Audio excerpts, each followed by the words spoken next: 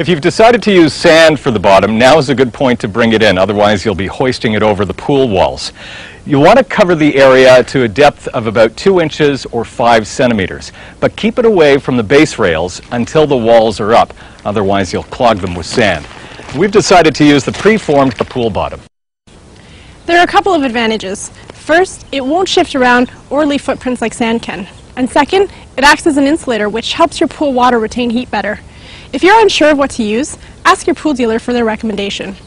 Now comes a really important part in the process, putting up the pool wall. You have to wait until a calm day, because if it's too windy, you run the risk of bending or damaging the wall, and it's just plain and simply too difficult to handle. If you've got a friend or a neighbor that can help, like Jeff here, get extra hands to help you with the pool wall. It'll make the job a lot easier. We'll start by unpacking the pool liner and spreading it out in the sun for a couple of hours. This will help make it more pliable and easier to work with when it comes time to install it. That'll help you remove any wrinkles. Place 2 large pieces of cardboard or square chunks of plywood in the center of the pool. Unpack the pool wall and stand it on end on this plywood. Look for the arrow to tell you which way is up. Cut the strap, being careful not to scratch the pool wall with the knife. The pool wall is wrapped really tightly, so to make things easier, Jeff and I are going to unravel the coil.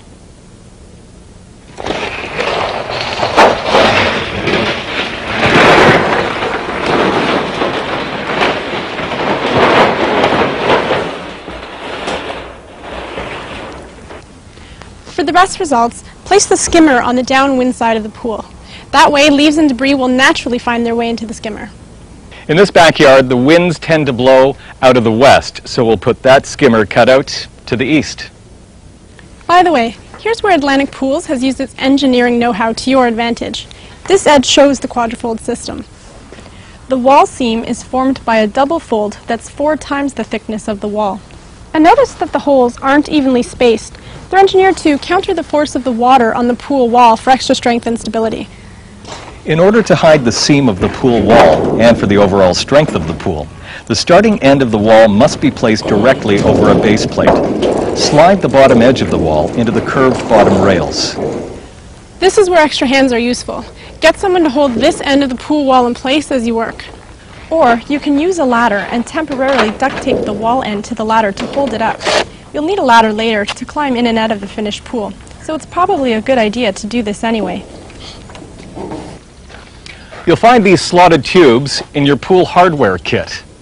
Now, as you uncoil the wall, what you want to do is fasten them to the top edge of the pool wall, making sure the ends line up with a base plate. Now, Atlantic is one of the only pool manufacturers to use these unique tubes. They allow the wall to stand on its own without having to use cumbersome guy wires. You'll really appreciate this feature. Where the slotted tubes meet, join them with a slotted tube connector.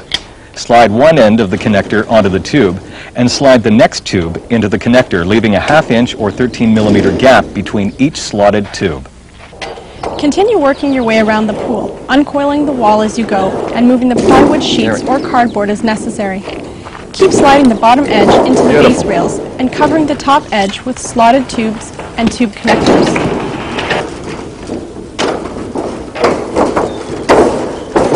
Nice. Beauty. Okay, you see we have a gap. Don't worry if that happens to you. It happens often. Either you're too short or it overlaps. It's too long. It doesn't take much to make some minor adjustments so that the holes on both ends of the walls actually meet up. If the wall is too short like ours, just remove the small wooden blocks from between the base rails and tap carefully on the wall against the base plate on the outside of the pool. This will make the circle smaller and bring your ends closer together. If the wall is too long, do the same thing from the inside of the pool to make the circle larger. When you have the two wall ends close to each other, it's a good idea to use a screwdriver, put it in the bottom hole and the top hole to keep the wall aligned. Make sure you don't scratch the paint though. Fasten the wall together using these nuts and bolts. The bolt heads go on the inside of the pool and the nuts on the outside. Once you have all your nuts and bolts in place, fasten them securely using a cordless power drill with a Phillips head. But make sure you don't over-tighten them. This can create metal burrs and that can tear the pool liner. Okay.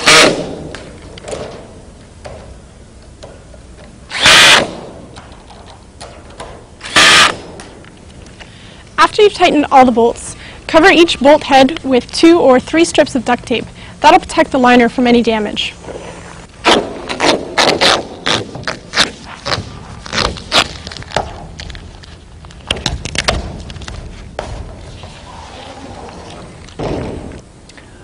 Once you've got the pool wall up, what you want to do is take a piece of cord and a line level, stretch it from one side of the pool to the other, and make sure it's all level.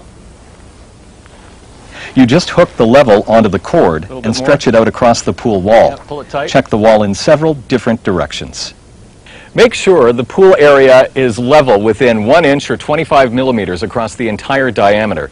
Remember, an unlevel pool is extremely unsafe. It could collapse suddenly. You should also check to ensure that the pool is round.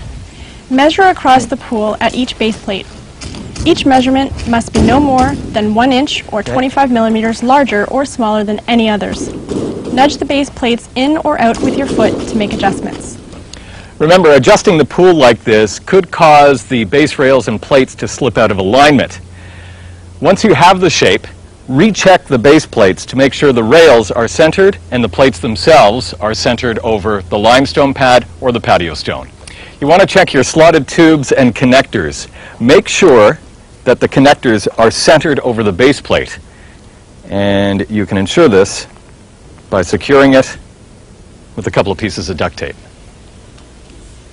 Now that the pool is level and round, we can go ahead and finish preparing our pool bottom. Remember, we used a pre-cut styrofoam bottom for our pool. But if you're using sand, spread it evenly across the bottom of the pool, right up to the base rails, and tamp it slightly. Once you've got the pieces together, use some duct tape over the seams just to make sure they don't come apart.